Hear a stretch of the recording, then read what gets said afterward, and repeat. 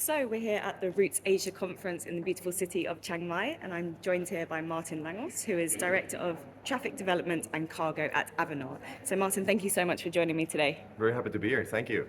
My first question for you is, how is the recovery of Avinor's airports actually going at the moment? It's going actually quite well. We have a quite extensive domestic network, and that's almost on full recovery. Lagging a little bit behind on international traffic, but that's coming slowly but surely, and quite optimistic coming into this year.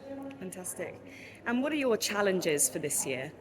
Challenges for this year is, of course, the economical challenges of the airlines, the lack of availability, aircraft maintenance taking a longer time, ground handling issues and this kind of stuff, which is hitting all of airports in Europe. So we are affected as well. So we see a lot of our airline customers, they used to have a quite optimistic view on Norway for 2023, but now they have to reduce a little bit because of all these uncertainties. So that's a little bit tricky for us coming into this year. Yeah. And what are your route development ambitions for this year and maybe more long term? We see a tremendous growth in Arctic tourism, especially in north of Norway. And we see the airlines are responding very well to that because they have availability in the winter and the yields are very, very good. So for the moment, we are trying to push a little bit extra on that. That sets us a little bit apart from the rest of Europe, and we share the kind of similarities with Iceland and Finland in that regard. So quite optimistic when it comes to the winter product we can offer. Fantastic.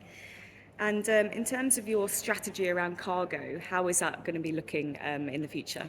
We have always been very, very strong on cargo. Actually, we are the biggest cargo market in Northern Europe due to the extensive seafood export from Norway. So we have a lot of freighters supporting that. But of course, we want to see a shift towards more belly capacity.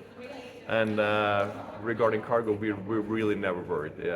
We generate far more that we can actually find aircrafts for. So whatever comes to Norway and Oslo Airport, we can fill it with cargo. So it's just a general upward trend going forward. Last year, I think it was 260,000 tons of salmon as air cargo being exported from Norway. So that's a lot. Of course, it's famous for its salmon, isn't it? Exactly.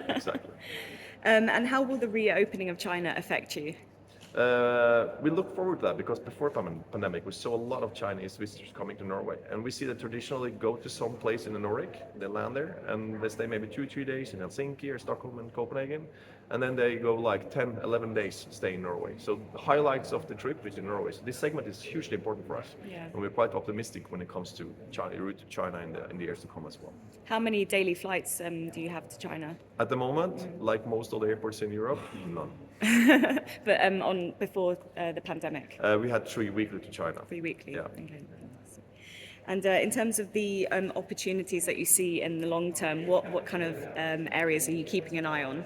Of course, the Asian market, that's of huge relevance for us, especially Singapore, China, Korea. But also, again, as I mentioned, the tourism coming to Norway to see the Arctic Norway, the winter tourism. I think that's relevant not only for Europe, but for North America and for Asia as well. Martin, that was my final question. Thank you so much. Perfect. Thank you.